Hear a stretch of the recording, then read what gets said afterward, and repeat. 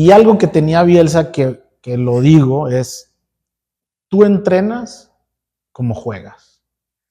O entrenas como vas a jugar, ¿no? Y esta parte creo que él lo decía, el entrenamiento era al 100% de la capacidad, al 100% de capacidad no solo física, futbolística, pero mentalmente. Y eso lo comprobé y lo viví cuando fui a Alemania. Entonces, creo que esa parte de lo que hablas es donde Bielsa viene a revolucionar esto con nosotros. Y era algo que tú entrenabas para ganar. Hoy me acompaña el gran orquestador de la media cancha, el que entendía el tiempo perfecto para acelerar el ritmo o para calmar el juego, para dar ese pase preciso y distribuir el balón y conectar con sus compañeros. Tu mentalidad ganadora te hizo llegar muy lejos y tu técnica y lectura de juego te dio reputación en Europa que todavía sigue viva. Muchísimas gracias por estar aquí. Bienvenido, Pavel Pardo.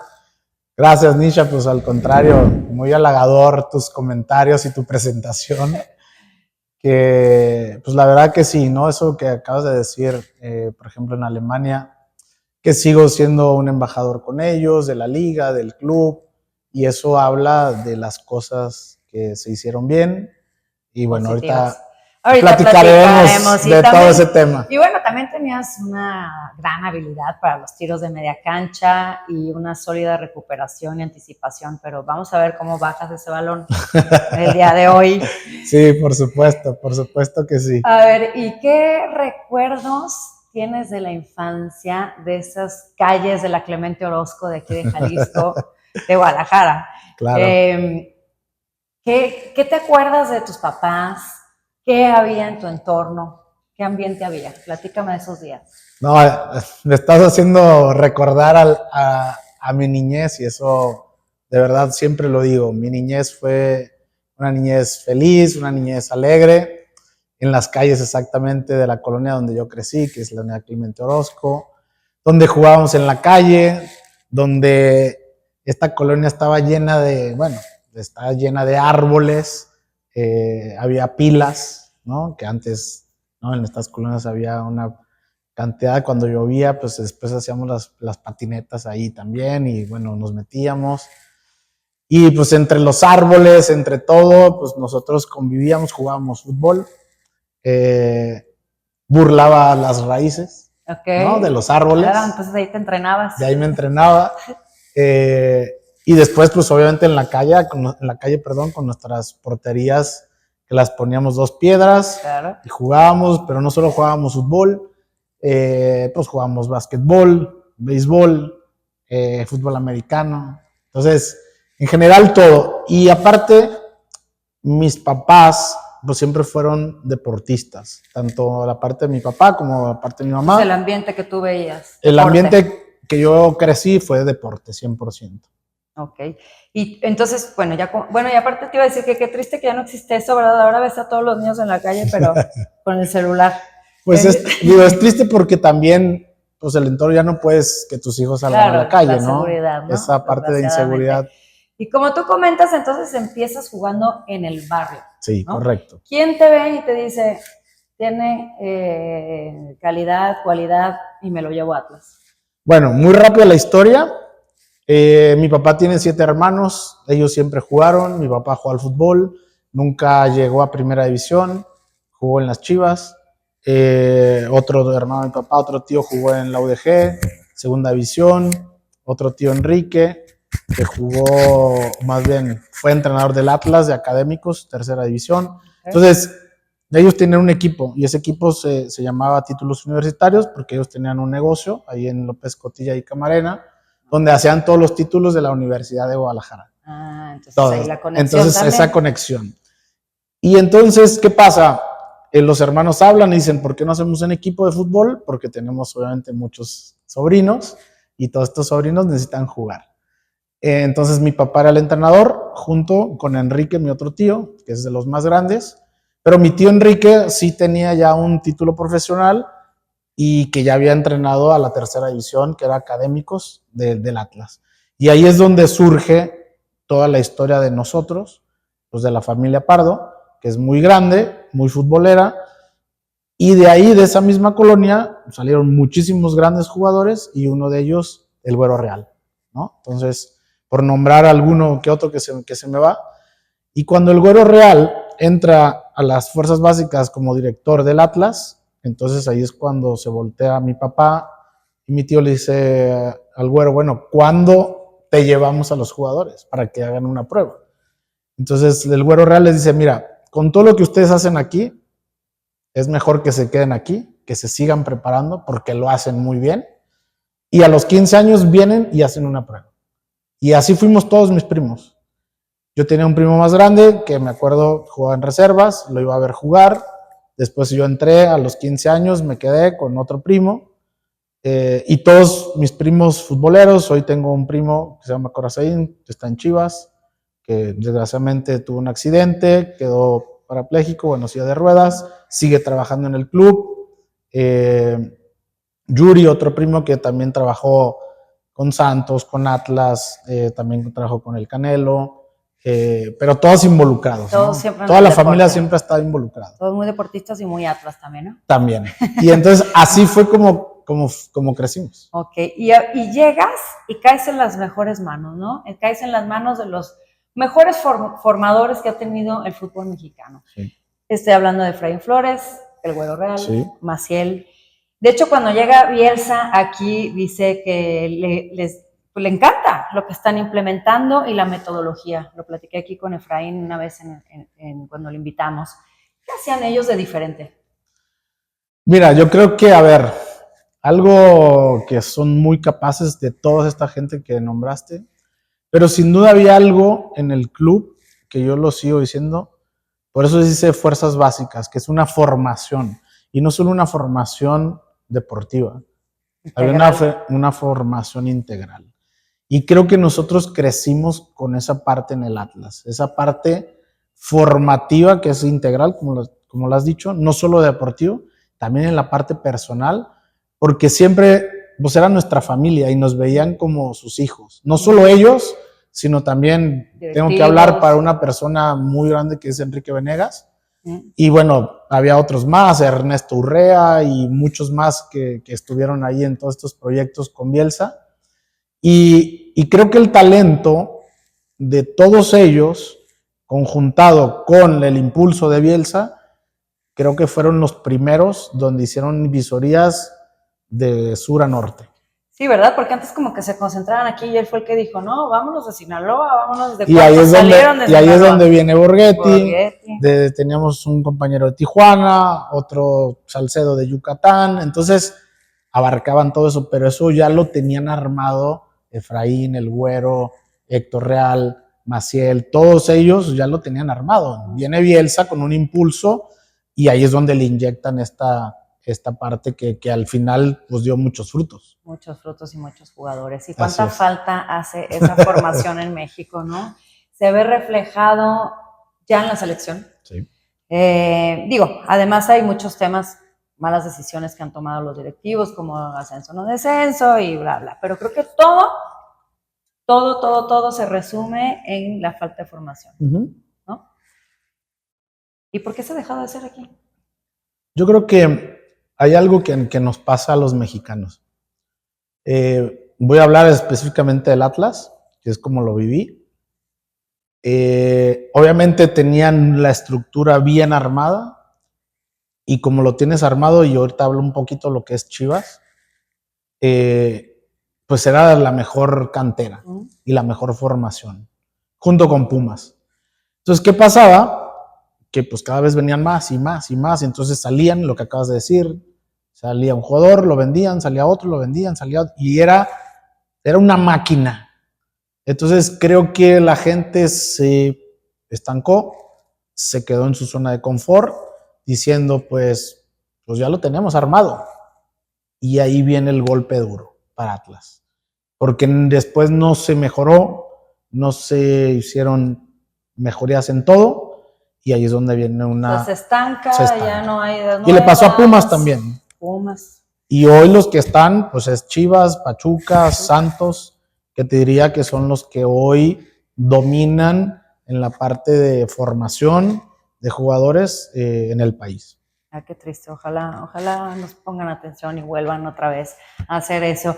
Tuviste el privilegio de tener a Bielsa, ¿no? Como entrenador. Sí.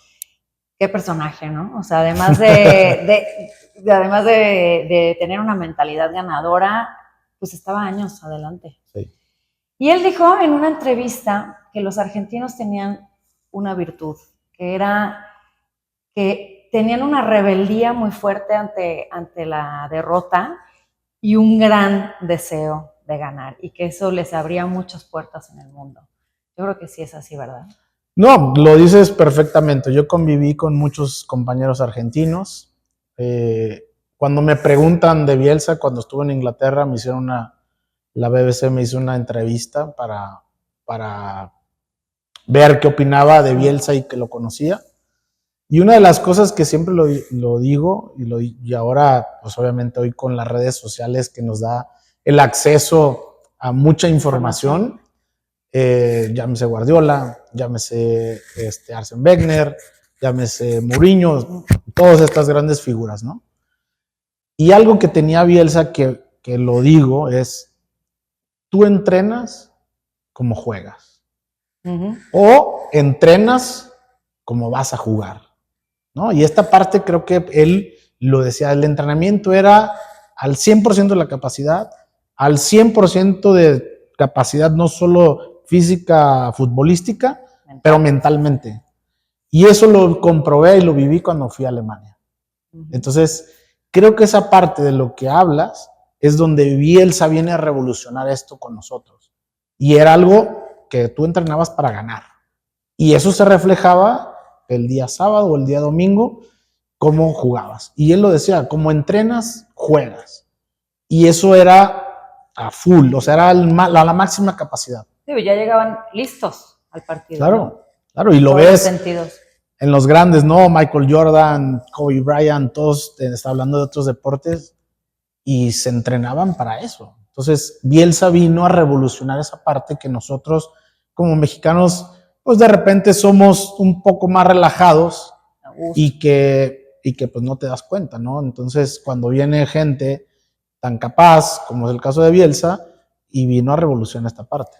Okay. Oye, ¿qué diferencia de la mentalidad europea pues a la de nosotros, la verdad? O sea, ya hay jugadores que ganan millones, pero siguen con esas ganas de ganar, sí, de ser los número uno.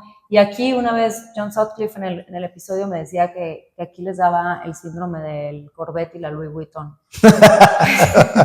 O sea, el Corvette. Sí, el Corvette y la Louis Vuitton, o sea, que ya se sentían que ya habían llegado, sí, y aflojaban, y allá siguen, y pues tú lo viviste también.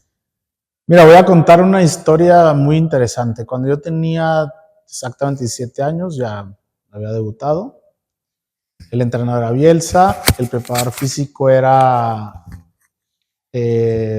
Bonini, que en paz descanse, que después su hijo vino a ser preparador físico de Chivas con Almeida. Con Almeida, ¿no? Y sigue, creo que sí, siguen allá en Atenas.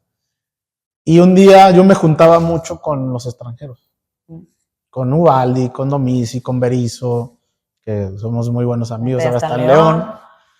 Y un día, un domingo, estamos en un asado en casa de ellos y llega el profesor Bonini, me ve bien, pues obviamente en familia, el asado. El día siguiente, el lunes, llego con los argentinos, con todos estos que he nombrado, que igual todavía sigo en contacto también con ellos, y de repente me agarra el preparador físico Bonini y me dice, a ver, nene, venga para acá. ¿Cuántos años tienes? Y le digo, 17. Ok. Y me dice, ¿cuántos años crees que tienen ellos? Pues Ubaldi, Domizzi y Berizzo llegaron de 23 años más o menos, 24, ya con un andar, a diferencia de México, que con 23 decimos que son jóvenes, y en cambio ellos ya tienen 50, 100 partidos en primera división, y nosotros no somos capaces de poner a los chicos a los 17, 18 años. Que porque todavía le falta, y no, entonces, pero bueno, es otro cantar, y que podemos hablar largo y tendido. Sí. Y entonces me dice, ellos ya tienen unos años jugando, 3, 4 años jugando en primera división, con 23 años. Entonces me dicen, no quieras vivir la vida de ellos. Ok. Algo bien interesante. Ajá. Entonces, ese era el número uno. No es que quisiera vivir la vida, porque obviamente me juntaba con ellos y hacía, pero dándome a entender, a ver, aterrízate y tú apenas estás empezando. O sea, todavía te falta mucho. Te falta mucho y tienes que hacer mucho para llegar hoy a donde están ellos. Y eso es ahorita lo que decía John Sutcliffe. Nosotros, exacto, nos conformamos, ya llegué, ya estoy, ya me pagan. No, tenemos que trascender, tenemos que ir a algo más. Y esa parte, hay gente que te ayuda, por eso el Atlas, por eso lo decía, no solo te formaba en esa parte, y luego los dirigentes venían y también te ubicaban. Entonces era una familia, el Atlas, el club en general. Entonces si alguien veían que estaba un poco desubicado, te llamaban y te decían, a ver, para acá.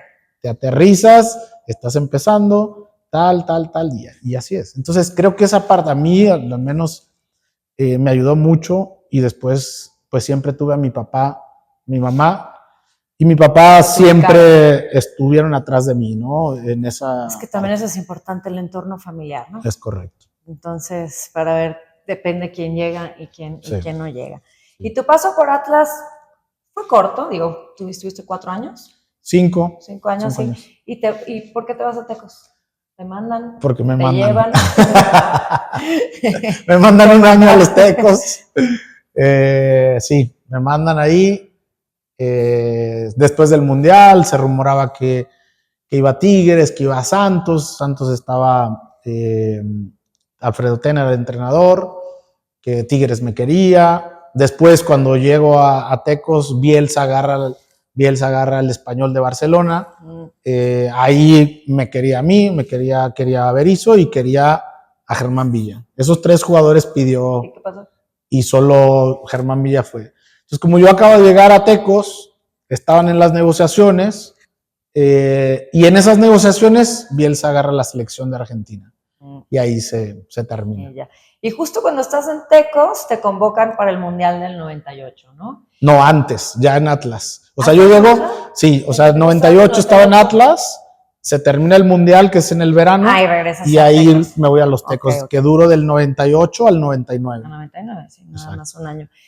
Y bueno, la verdad es que fue difícil el camino hacia el Mundial, fueron muy cuestionados, pero llegas a Francia y yo creo que para ese momento era lo mejor que estabas viviendo, ¿no? Sí. ¿Qué se siente ser convocado para un Mundial?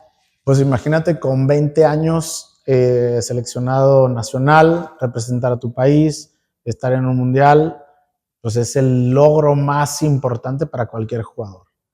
Y jugarlo, pues todavía más. Y representar a tu país, pues qué te digo. Entonces, era una de las satisfacciones más grandes. No solo, bueno, ya estar es algo muy importante.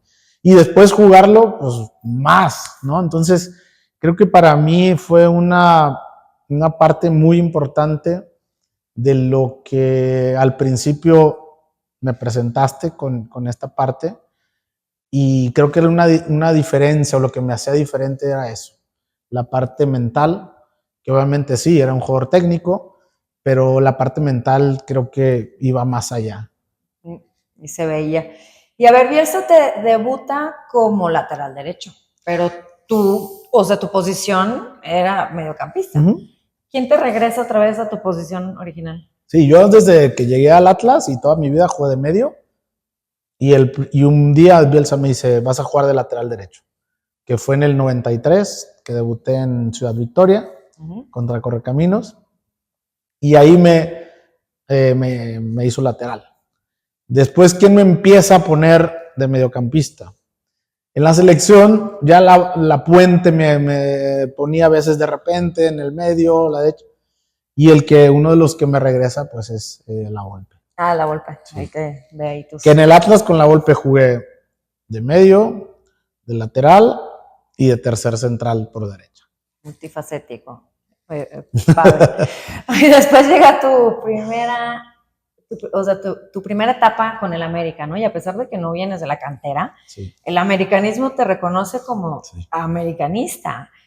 O sea, fuiste ídolo para ellos y además, o sea, porque obviamente vieron tu profesionalismo, ¿no? Y después después de una gran sequía, vienen 2 títulos. Sí.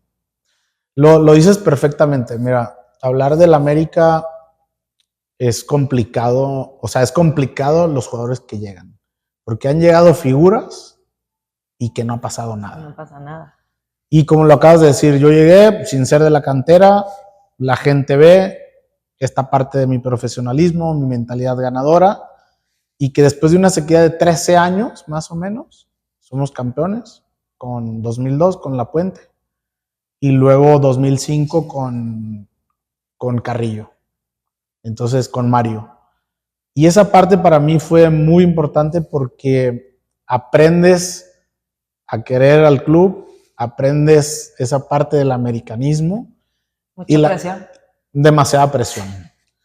Para bien y para mal, ¿no? Porque si tú ganas, apareces en todos los periódicos el día lunes. Y si tú pierdes, también apareces en todos los periódicos. En América todo se magnifica. Todo se magnifica, ¿no? Y cada torneo es llegar a la final y si no lo consigues, pues es, digamos, un fracaso, ¿no? Y sí. Oye, y para mí, para muchos, la mejor selección que hemos tenido es la de la Volpe, definitivamente. Esa Confederaciones donde desplegaron ese fútbol ofensivo y atractivo que hasta Guardiola claro. O sea, los vio y dijo que era un equipo innovador e inspirador. Y la verdad sí, o sea, esas salidas con el balón, esas triangulaciones, la verdad es que sí emocionaba. ¿Qué fue lo que hizo que funcionara también esta selección? Mira, yo creo que te voy a platicar una historia muy rápido de la Volpe. Yo lo tuve en el Atlas, después me fui a los Tecos, y bueno, después al América. Y cuando estaba esa posibilidad de que la Volpe iba a ser el técnico de la selección, ¿no? Yo decía, es el técnico ideal para la selección. Y ya yo visualizaba desde ese entonces que México iba a dar de qué hablar. No sé si íbamos a ganar títulos, pero sí sabía que iba a dejar huella. ¿Por qué? Porque sabía la capacidad, sabía lo que Ricardo es, sabía lo que entrenábamos en el Atlas con él. Y una de las claves, me parece también, es que la base fuimos muchos jugadores que ya lo habíamos suyos, ¿no? tenido en el Atlas, ¿no? Y creo que eso fue fundamental. Y después, ¿cuál es la otra parte? Repetición, repetición, repetición, repetición de lo que él hace, lo que le gusta. Pasamos momentos complicados, una Copa Oro aquí en México que estábamos tambaleándonos. Criticados también. Muy criticados, como siempre la selección se le critica siempre todo el tiempo. Y al final obtuvimos el título, ¿no? Pero después lo que hablas de esta selección 2006, y no solo Guardiola, cuando yo llego a Alemania, toda la gente y todos los europeos hablaban de la selección nacional, de México. Okay. Y siempre me decían, oye, ¿qué hacían? ¿Cómo lo hacían? Una selección estilo europeo, dinámico, con un despliegue ofensivo. O sea, de verdad que no solo los grandes entrenadores, sino que todo en Europa hablaban de la selección de México. Sí. Oye, y el gran funcionamiento, obviamente, de un equipo, pues tiene que ver con grandes jugadores, ¿no? Pero yo siento, bueno, no sé, ¿crees que antes había más corazón, más instinto y que la mente se ocupaba de otras cosas, ¿no? La mente se ocupaba más de la responsabilidad, de la determinación, de no tirar la toalla, pero ese corazón se veía en la cancha. Sí. Mira, yo creo que, a ver, hoy estamos en una etapa difícil, así como hablamos hace un rato de las canteras, tanto de Atlas como de Pumas, y que hablé de Atlas, pasa lo mismo en México. Nos quedamos en la parte de confort, nos quedamos en la parte de que pues todo está bien y no seguimos creciendo y no seguimos yendo. Y también tenemos que entender dos cosas importantes, que son generaciones y son etapas. Le pasó al Real Madrid, le pasó al Barcelona y le ha pasado a los grandes clubes. Hoy el Barcelona tiene una generación de jóvenes muy interesantes que obviamente la pasó difícil con esa generación donde estuvo Rafa, Xavi, Iniesta, tenían al mejor jugador, obviamente Ronaldinho, Messi, y después se estancó. pero es un proceso, que eso también tenemos que entender, eso también tenemos que saber. O sea, que son son ciclos. Hoy te puedo decir, como lo dije hace un rato, Chivas, Pachuca, Santos, jugadores categoría 2007, hay buenos jugadores. La sub-20 hoy de la selección de México, si vemos los nombres, tiene muy buenos nombres, muchos jugando en primera división. Entonces, es una generación y hay que darle tiempo, pero hay que también trabajarlos. Exacto. Y esa parte sigo insistiendo. Falta la parte de la continuidad y falta la parte también del jugador, que es algo importante, la parte mental. Entonces, creo que eso es fundamental. Lo hablaste de jugadores que ganan fortunas y yo a veces ese comentario que dicen es que en México se aburguesan. Y yo digo, en Europa ganan millones y quieren ser los mejores. Entonces, creo que es donde tenemos que atacar, cambiar esa mentalidad del jugador mexicano, decir, quiero trascender, quiero ser el mejor, ya gano millones, pero quiero ser el mejor y voy a seguir ganando más. Entonces, creo que ahí es donde tenemos que atacar, creo que tenemos que atacar a los jóvenes desde los 12 años hasta los 18, 20, de meter esa mentalidad ganadora, ganar, ganar. Y eso también lo aprendí en Alemania. Claro. Y a eso vamos ahora, ¿no? Que la cumbre de tu carrera llega después del Mundial, cuando te vas a Alemania, al Stuttgart, sí. Después del Mundial. Sí. Y te conviertes en uno de los pioneros, ¿no? De jugadores mexicanos en Alemania. Y en tu primera temporada, pues ganas la ensaladera, que fue en el 2007, ¿no? Luego llegando, te consolidas. Platícame un poco de toda la experiencia, porque no terminaríamos, pero... Sí, no, es larga, pero a ver, volviendo a hablar del Mundial y de Ricardo, la Volpe fue que 5 jugadores, Ricardo Osorio, Guardado, Omar Bravo, Kikín, Salcido, Maza y yo, 7 jugadores. Ahí otra vez se ve. O sea, 7 jugadores. Que gustó esa selección. 7 jugadores se quedan en Europa. Entonces, algo muy interesante. Y el llegar allá, pues obviamente para mí era un reto y uno de los objetivos más importantes de mi carrera, que era jugar en Europa. Cuando llego a Alemania, obviamente sabemos la mentalidad que tienen, la forma, cómo encaran las cosas, esa formalidad, ese profesionalismo, en todos los aspectos. Y es ahí donde nosotros ponemos lo que tenemos como mexicanos, como lo he dicho, que ese es el mexicano. Nosotros tenemos una capacidad muy grande, una creatividad muy grande, y esa parte que a veces nos dicen es que el mexicano no es disciplinado, es que el mexicano no es cierto. Sí lo somos, porque cuando nos sacan de esa zona de confort, el mexicano da lo mejor. Y lo podemos, ejemplos hay en otros deportes, en el box, en el maratón, en los clavados, en el béisbol, gente que va por el mundo y tiene éxito. Y esos somos los mexicanos. El problema es que no nos la creemos. Exacto. Y esa es la parte donde sigo insistiendo. Nos tenemos que enfocar en eso. Entonces, cuando nosotros llegamos allá, ellos se dan cuenta de lo que somos capaces. Cuando es en diciembre, siempre hay una pausa en Alemania y el entrenador hace una charla para despedir al equipo y habla de cada jugador.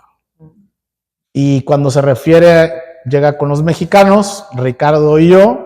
¿Qué dice? Pues obviamente se sorprende en su diálogo. Digo, no nos sorprende, pero obviamente para bien, diciendo, bueno, Ricardo, Pavel, me han sorprendido. La verdad que no esperaba esto de ellos. Su profesionalismo, su disciplina, su mentalidad. Una infinidad de cosas que dices, wow, o sea, cuando nosotros mismos, dentro de nosotros, nos destruimos entre nosotros. Y que siempre viene alguien de fuera y cómo nos ven en el exterior y nos ven de esa manera. Entonces, para mí era un reto también y un objetivo de haber cumplido esta parte tan importante y de llegar, pasó lo mismo. Después de tantos años, el club gana una copa después de casi 13, 14 años. y pues para nosotros fue algo muy importante, porque eso demostramos que México y los jugadores mexicanos de eso somos capaces. Importante, ¿no? Porque después ya llegó una época de puro nada más Bayern Múnich y Sí. ahora Leverkusen, entonces fue muy importante ese título. Y también jugaron Champions, ¿no? También jugamos Anotaste Champions. tu gol también. contra el Glasgow Rangers. También. ¿Qué sentiste en ese momento? ¿Fue la consolidación de tu carrera? Ya se me fue aquí la palabra. La verdad que sí, porque, a ver, después de un mundial, creo que para un jugador de fútbol, el jugar una Champions League es uno de los eventos más importantes que hay a nivel internacional. Siempre lo he dicho, la selección, o sea, un mundial y después la Champions League. Es la liga de las estrellas y están los mejores. Entonces, el convertir un gol, obviamente, claro que te llena de satisfacción. Me hubiera llenado más de satisfacción que el equipo siguiera avanzando, pero bueno, no tuvimos un buen rendimiento y ese rendimiento era normal. Teníamos un equipo joven, un equipo donde nos costó desde esta parte también de este torneo internacional y que estuvimos también por un éxtasis tan alto después de tanto tiempo y que nadie esperaba que nosotros fuéramos los campeones. Oye, y entonces dices que sí nos ven bien los alemanes, ¿no? O sea, Sí. ¿sí crees que les gustaría llevarse más mexicanos? Pues siempre lo he dicho que ellos están siempre abiertos, quieren llevarse mexicanos, pero bueno, entendemos y estamos en esa lucha de poder convencer a los clubes de los montos tan altos que hay, o los precios o los valores de los jugadores, y eso es lo que merma un poco. Frena, ¿verdad? Y frena para que vayan más jugadores a Alemania. Y dejas huella, ¿no? También tanto que te hacen embajador de la Bundesliga. Sí. ¿Qué haces? ¿Vas por México o por el mundo a hablar sí, de la Bundesliga? A ver, ¿qué hace la Bundesliga? La Bundesliga es un programa de leyendas donde me invitan, a Ricardo Osorio también, y es donde hacen eventos por todo el mundo. Tienen embajadores en África, en Asia, obviamente Europa, Latinoamérica, obviamente Sudamérica, que hablamos de Latinoamérica, y nosotros nos encargamos de Estados Unidos, México. En Brasil está Paulo Sergio, que jugó en el Bayern Múnich, brasileño. En Perú está Pizarro, y bueno, algunos otros que han jugado en la Bundesliga. Entonces, ¿de qué nos encargamos? Nosotros nos encargamos de promover la liga, la Bundesliga, darle esta experiencia a la gente con eventos cuando se hacen. Tuvimos una vez un evento en Nueva York con la ONU, en Europa, me tocó ir hace poco, y esta parte de llevarle a los fans, a los fanáticos, la experiencia de lo que es la Bundesliga, la experiencia de vivir, la experiencia de lo que es una Bundesliga, y eso es lo que nos encargamos de hacer. Okay. Y otra de tus características definitivamente era el tiro libre, ¿no? Sí, correcto. ¿Me puedes decir qué pensabas en esos 15 segundos antes de tirar? Porque ahora se ven mucho los porteros que se van así como a 3/4 de cancha, miden el ángulo, pero pues antes como que era puro instinto, ¿no? O sea, sí. ¿Qué pensabas en esos momentos? No, mira, algo bien importante es que practicaba mucho. Después de los entrenamientos me quedaba, sí, a practicar. Entonces yo sabía que en el partido iba a haber una oportunidad y que esa oportunidad pues la tenía que meter. Entonces me vuelvo atrás con Bielsa, que decía, tú entrenas como juegas. Entonces yo me preparaba en los entrenamientos pensando que eran las oportunidades que iba a tener en un partido oficial. Uh-huh. Y entonces cuando tú practicas, cuando llega el partido, pues sabes que tienes que hacer lo mismo que haces en la práctica. Y eso me concentraba en esa parte, decir, y ojo, cuando practicaba y no me iba bien, la mente juega un papel muy importante. Entonces me paraba y mi mente jugaba en contra, porque en la práctica no había estado tan efectivo como otras veces. Y es algo normal, y es algo que pasa, y es algo que tienes que convivir. Hay momentos que te sale todo y hay momentos que no. Pero eso es donde tienes que, por eso digo, entrenar a la mente. Uh-huh. Y ahí es donde pasaba. Entonces, siempre me concentraba a decir, bueno, pues estos tiros los he hecho miles de veces. Lo sé hacer. Y ahora lo tengo que anotar. Pero también hay una presión, claro, porque también tus compañeros, la gente dice, bueno, pues va a ser gol. Y de repente, pues hacías un tiro muy malo, entonces... pero sí es algo muy importante que la mente juega el papel más importante. Ok, oye, ¿cómo ves este tema de que la FIFA no quiere dejar ir ya al Grupo Pachuca al Mundial de Clubes? Ellos sabían que existía la multipropiedad, ¿no? O Sí. sea, que tanto daño hace nuestro fútbol, la verdad. Sí. ¿Crees que este sea un paso importante para que ya se acabe?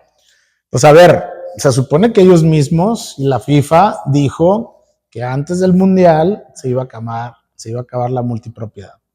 Entonces las reglas del juego me parece que ellos las sabían, están, Sí, y no tienen hoy por qué decir siempre no.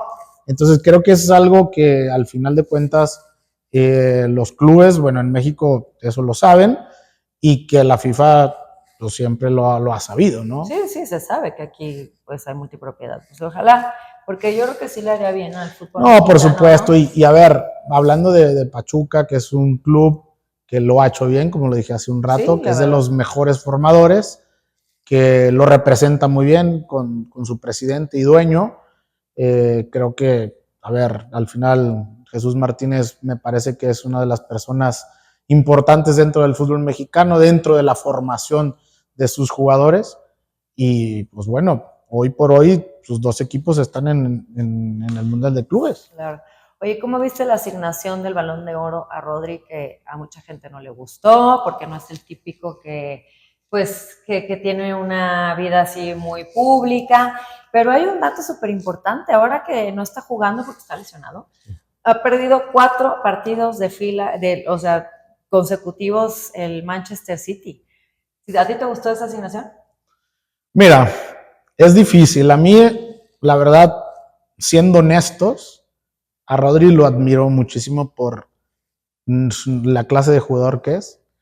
Me gusta siempre observar las personas inteligentes y él es una parte fundamental. Esa pieza fundamental en el medio campo que funge con esa inteligencia para atacar y defender, la conexión entre la defensa, la conexión entre sus medios y sus delanteros y la forma que él siempre juega dentro de la cancha. Si nos vamos a la parte que todos pensábamos, que creo que una de las partes importantes y claves que fue Vini Jr. para mí, creo que él se lo merecía, es mi punto de vista. Y bueno, el escoger hoy a Rodri por X o Y o razones, esas no las sé, pero de que es un gran jugador, lo es, de que es una gran persona, también lo es, de que, como él lo dice, con valores, también lo es. Calladito. Y creo que son dos ejemplos distintos, ¿no? Y es una parte de gustos, que al final, bueno, el Balón de Oro se hacen votaciones, ¿no? Y ahí es donde deciden. Y de todos modos nadie entiende todavía qué argumentos, o sea, por eso es lo que, por eso te decía, entonces, a cuestión de gustos, pues algunos estaban molestos, otros no, y bueno, es una situación de gustos. Claro. ¿No? Oye, ¿te gustó el regreso del Vasco a la selección? Según tú era el indicado. Mira, no sé si era el indicado, pero creo que se necesitaba alguien devolver esta parte que dijiste. Y eso lo tiene el Vasco. Corazón, garra, entrega, lucha, y algo que me gustó de él, que dijo, lo primero que tenemos que regresar a esta selección y a su afición y a nuestro país es esa garra, ¿no? Esa garra y esa conexión con la gente, porque la gente obviamente está molesta con los resultados. Pero yo insisto, hoy lo veo como aficionado y me pongo en el lugar del aficionado, y tú quieres ver un equipo que se entregue, que como tú lo acabaste de decir hace un rato, que dé todo, que ponga su corazón, su pasión, su garra, y creo que eso es lo que queremos todos de la selección.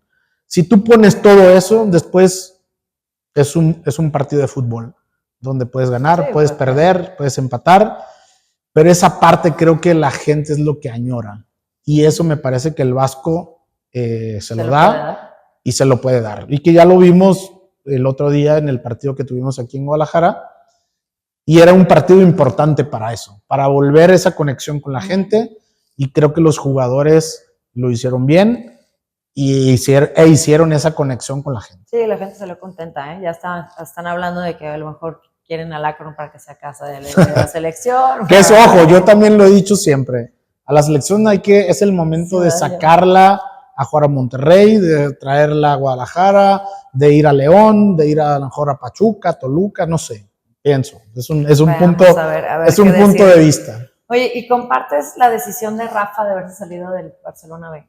Porque nos hacen falta entrenadores mexicanos que estén en las mejores ligas. Sí. Y creo que todavía podía haber hecho algo más, ¿no? Pero a ver, yo soy de la idea que el buen jugador, el buen entrenador va a estar donde debe de estar. Y Rafa es uno de ellos. Entonces, a la selección le va a aportar muchísimo, a los jugadores les va a aportar muchísimo también, con la experiencia, con su liderazgo, y creo que también es el momento de tener gente capaz y a irla preparando, porque la idea hoy, me parece que por primera vez se hace coherentemente decir, vamos a un proyecto al 2030. Hoy tenemos inmediatamente que resolver esta situación que tenemos, es Javier Aguirre, pero vamos a darle una continuidad, que la idea es que Rafa hoy sea el auxiliar y el proceso del 2030 sea el entrenador. Entonces ahí me parece que ya tenemos una coherencia y algo congruente que se está trabajando a futuro. Ok, oye, y con todos estos conocimientos, con esta mentalidad, ¿nunca te dieron ganas de transmitirle a los jugadores de hoy como entrenador? Mira, en el primer momento sí quería ser entrenador. Después, bueno, vi mi situación, ¿no? Cómo tenía de jugador profesional durante 20 años. Después encontré una parte que me hacía falta, que era la parte familiar, donde encontré esa parte también, porque, bueno, la primera vez me separé y encontré una mujer, una esposa con quien compartir un hogar, con quien emprender un camino largo que para mí es importante en cualquier ser humano, que es el matrimonio. Y encontré esa parte, entonces es lo que me hacía falta. Y cuando lo encontré, pues decidí dedicarle ese tiempo a la familia, ¿no? Le diste prioridad ya. Le di prioridad a eso y dejé a un lado la parte de otra vez ser entrenador, porque pues de jugador ya estuve 20 años y de entrenador pues van a seguir, ¿no? Entonces, y creo que la vida es de momentos, no sé si es o no es. Después me invitaron obviamente a participar en su momento como director deportivo también de un club, que eso me atrae bastante, porque puedo aportar muchísimo. O sea, que te podemos ver todavía por ahí en algún Sí, equipo. todavía, digo, aunque hoy también lo que dices, estoy en un proyecto ayudando a jóvenes, tenemos una agencia de representación de jugadores. De hecho, eso iba, o sea, que no nada más siendo entrenador puedes transmitir, ¿no? También Claro. siendo representante. Y esa parte es muy importante porque le damos esa asesoría al jugador, lo que acabamos de decir, esa parte mental, esa parte donde creo que para mí es importante de los valores, de la parte, todo ese conjunto para que ellos se desarrollen en lo que saben hacer, que es jugar al fútbol, y poderlos llevar a estos sueños que yo los cumplí y que hoy me toca ayudarlos para que ellos puedan cumplir sus sueños en México, en Europa, donde quiera que estén. O sea, mi pregunta era, ¿qué es lo que vas a hacer tú para poder llevar más mexicanos a Europa, ¿no? Pero pues yo creo que me la acabas de contestar, formación. Sí, esa parte es súper importante y al final, a ver, yo puedo ir con todos los clubes en Alemania, por ejemplo, que es el lugar donde jugué, tenemos una apertura importante también en España, Inglaterra, Bélgica, que es un lugar que a mí me gusta porque es un trampolín, ¿no? Es un puente, Portugal, para que después los jugadores vayan a las grandes ligas. Y es poder ir, poder hacer, poder también esta relación con los clubes, de poderlos convencer y decir, los jugadores se tienen que ir, los jugadores se tienen que formar y hay que darles esa oportunidad. Pero es un trabajo, no es de la noche a la mañana. Y bueno, también tenemos un déficit porque En México no tenemos tantos pasaportes comunitarios. Exacto. Y eso nos disminuye a los americanos, porque luego esto es algo bien importante, que luego la prensa critica que por qué los jugadores americanos sí pueden ir, los canadienses y mexicanos no. Hay una razón muy fácil, sobre todo en Alemania. Si tú tienes un pasaporte canadiense, estadounidense, australiano, japonés y sudcoreano. Si tú tienes un pasaporte, no ocupas plaza de extranjero. Estoy hablando en las categorías menores. Okay. Si en Alemania no hay límite de extranjeros, pero te tienen que contratar un equipo de primera división o un equipo de segunda división. Pero para poderlos formar, como es el caso de Pulisic, el caso de McKinney y muchos otros jugadores que han ido a Europa, a Alemania específicamente, y se han desarrollado, es porque tienen un pasaporte americano y son leyes políticas, acuerdos políticos que hay. Y nosotros no la tenemos. Entonces eso es lo que pues, uno está trabajando y la federación está trabajando para ver qué podemos hacer y que jugadores mexicanos vayan y se desarrollen allá. Ah, mira, qué interesante. Bueno, Pavel, pues bajaste muy bien el balón el día de hoy. Muchísimas gracias por haber estado aquí y compartir todas estas experiencias. Tienes la puerta abierta. Pues más bien no hay puerta. Cuando quieras venir, aquí te espero. Pues aquí estamos. Muchas gracias por la invitación para poder llegar a toda la gente que pues siempre te ve. Y me parece que es algo siempre interesante hablar de cosas. Y hay muchas cosas que cuando quieras yo estoy dispuesto para seguir hablando de cosas interesantes. Muy bien, pues muchísimas gracias. Gracias a ustedes.